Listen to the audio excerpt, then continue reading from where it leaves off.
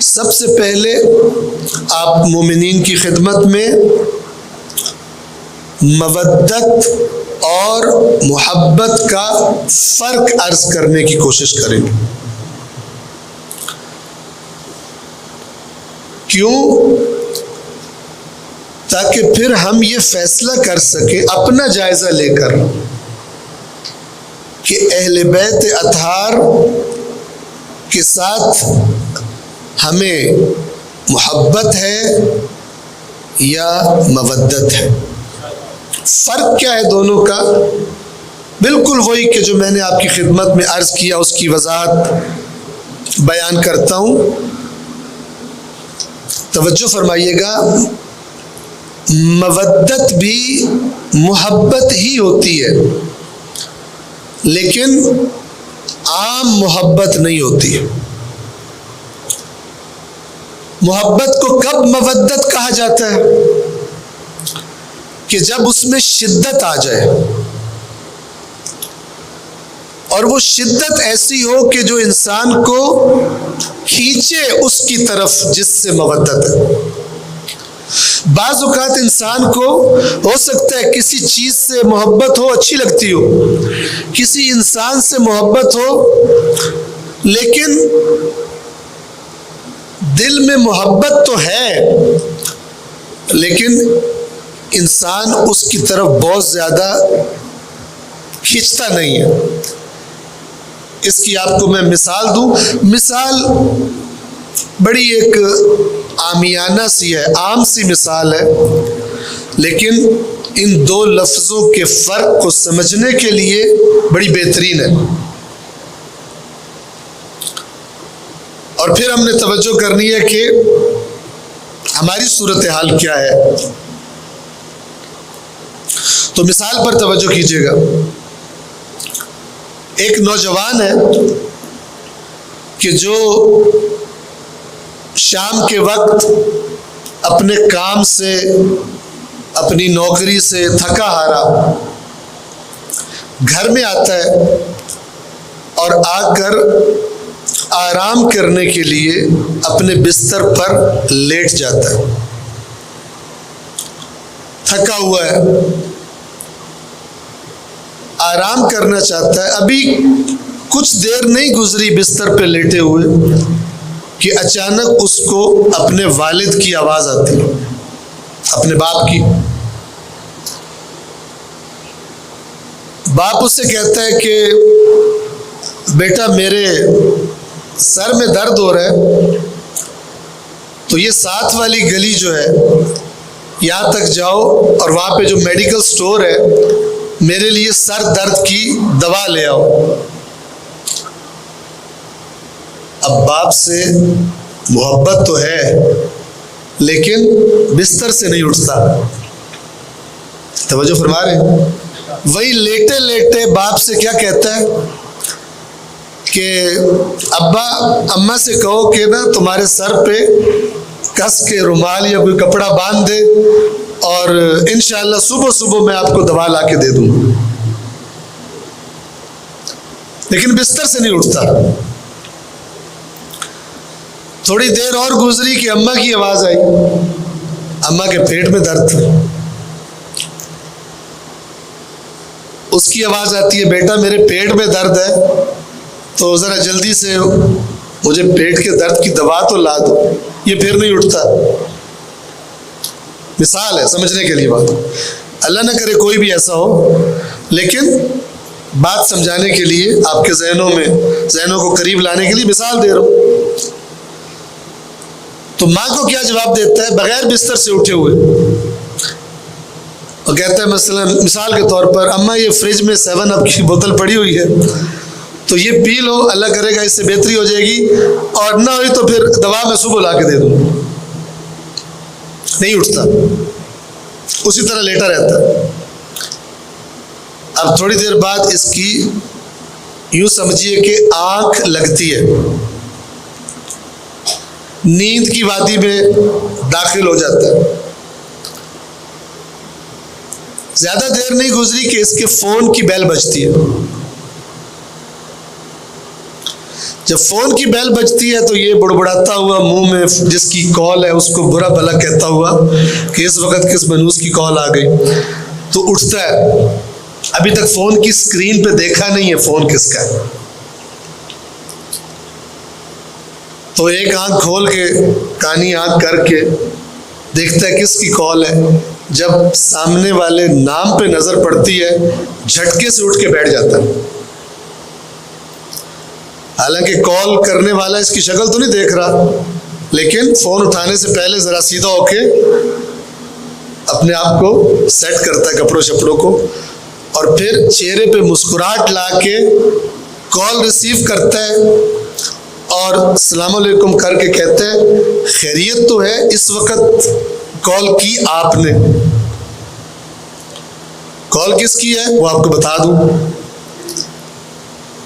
जहां पे ये बंदा, ये नौजवान शादी करना चाहता था और वो लोग मसलन वो रिश्ता नहीं तय हो रहा था, बड़ी कई महीनों की कोशिश के बाद कुछ दिन पहले ही इसकी मंगनी हुई है।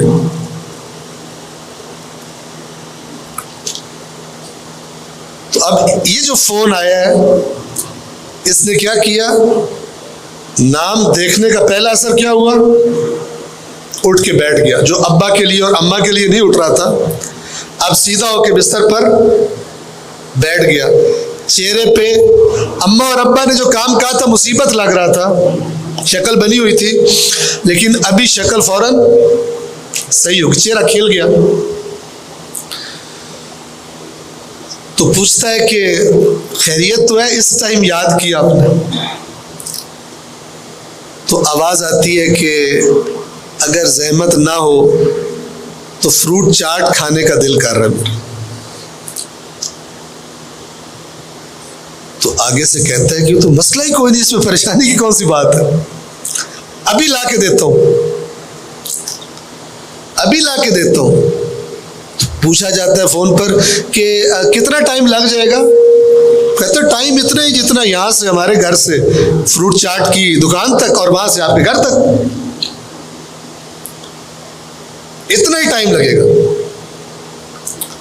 और फोन बंद करके फौरन, पता भी नहीं इसको चलता कि थकावट कहां गई। तसव्वुर कर सकते हैं आप इसको, थकावट महसूस ही नहीं हो रही, भूल गया थकावट को, भूल गया आराम करने को, और बड़े शौक से, कोई बोझ समझ के नहीं, बड़े शौक से फ्रूट चाट लेने के लिए अपनी बाइक पर या जो भी चीज है उसके पास बैठ के दौड़ रहे हैं, और सारा हम व गम ये है कि कहीं देर ना हो जाए। तो अब अगर आपने इस मिसाल से को ज़हन में रखते हुए मवद्दत और मोहब्बत का फर्क समझना हो, तो वो जो अम्मा और अब्बा से थी वो मोहब्बत थी, और वो जो ये टेलीफोन वाले बंदे से है वो मवद्दत है। मैंने एक आमियाना सी मिसाल दी है, लेकिन इस मिसाल को तसव्वुर करना बड़ा आसान है कि ये मवद्दत एक ऐसे जज्बे का नाम है कि जब उधर से कोई फरमाइश आए, उधर से कोई बात की जाए, तो इंसान बोझ भी नहीं समझता, बड़े शौक से उधर चल पड़ता है। शर्त यह है कि मवद्दत हो दिल में, होगी तो असर भी दिखाएगी, जुबानी ना हो। ठीक है, कितने आपने लोग देखे होंगे कि मसलन दोस्ती है, एक दोस्त दूसरे से कह रहा है, बार बार कहता है जान भी हाजिर है, जान भी हाजिर। एक दिन वो कहता है कुछ पैसे कर्ज चाहिए, 18 बहाने लेके आ जाते हैं पैसे न देने के लिए, जबकि दावा क्या है, जान भी हाजिर है। लेकिन जब मौका आता है उसे अमल से साबित करने का, तो कई बहाने तैयार होते हैं, ये हो गया, वो हो गया, फलान हो गया, मैं नहीं दे सकता, मैं ये काम नहीं कर सकता। लेकिन ये जिसे मवद्दत कहते हैं, इसका माना ये है कि मोहब्बत की वो शिद्दत कि जो इंसान को हरकत में ले आती है, इंसान को बैठा नहीं रहने देती, बल्कि जिससे मवद्दत है उसकी रजा के लिए, उसकी खुशनुदी के लिए इंसान उठ के चल पड़ता है, उसकी ख्वाहिश को पूरा करने के लिए कोशिश करता। अब देखिए,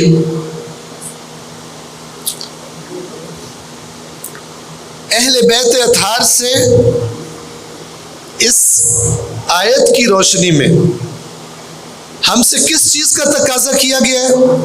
मोमिनों से मवद्दत का।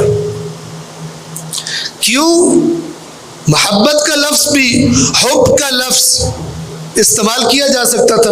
कुल ला अस्अलुकुम अलैहि अजरन इल्लल महब्बता या इल्लल हुब्बा फिल कुर्बा। हुब से ही मोहब्बत है, एक ही माना है दोनों का। लेकिन खालिक ने कौन सा लफ्ज इस्तेमाल किया? अल मवद्दत फिल कुर्बा। कितनी खूबसूरत हिकमत है इस मुतालबे में। उनके लिए जिनसे मुतालबा किया जा रहा है। क्यों? कि अगर तुम्हारे दिलों में मेरे ज़विल कुर्बा की मवद्दत होगी तो फिर जो वो कहेंगे न सिर्फ ये कि तुम उसे अंजाम दोगे, बल्कि तुम्हें बोझ भी महसूस नहीं होगा, बड़े शौक से और जज्बे से अंजाम दोगे। कितना खूबसूरत है। तो अब हमें देखना यह है, अपनी अपनी जिंदगियों को जहन में रखते हुए, मैं अपनी जगह पर, आप अपनी जगह पर, कि अहले बैत अतहार हमसे क्या चाहते हैं। वो हमारी जिंदगियों को कैसा देखना चाहते हैं।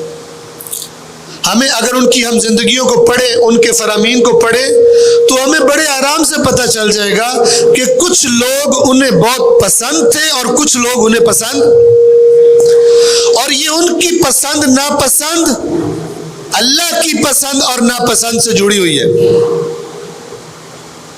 किससे जुड़ी हुई है?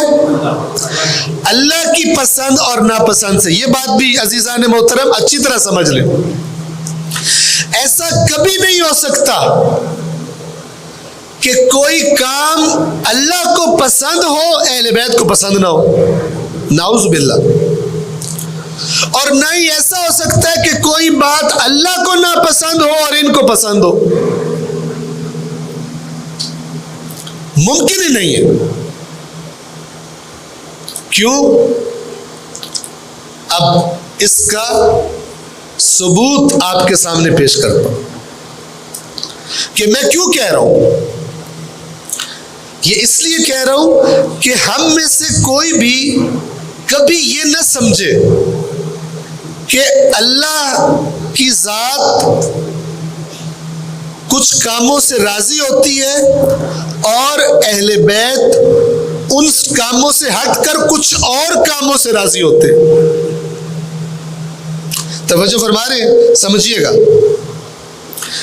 ज़हन में क्या रहे कि जिस काम से खुदा राजी है उसी काम से अहले बैत राजी, जिससे खुदा नाराज है उसी से अहले बैत नाराज है। ये मर्जियां एक दूसरे से जुदा नहीं है।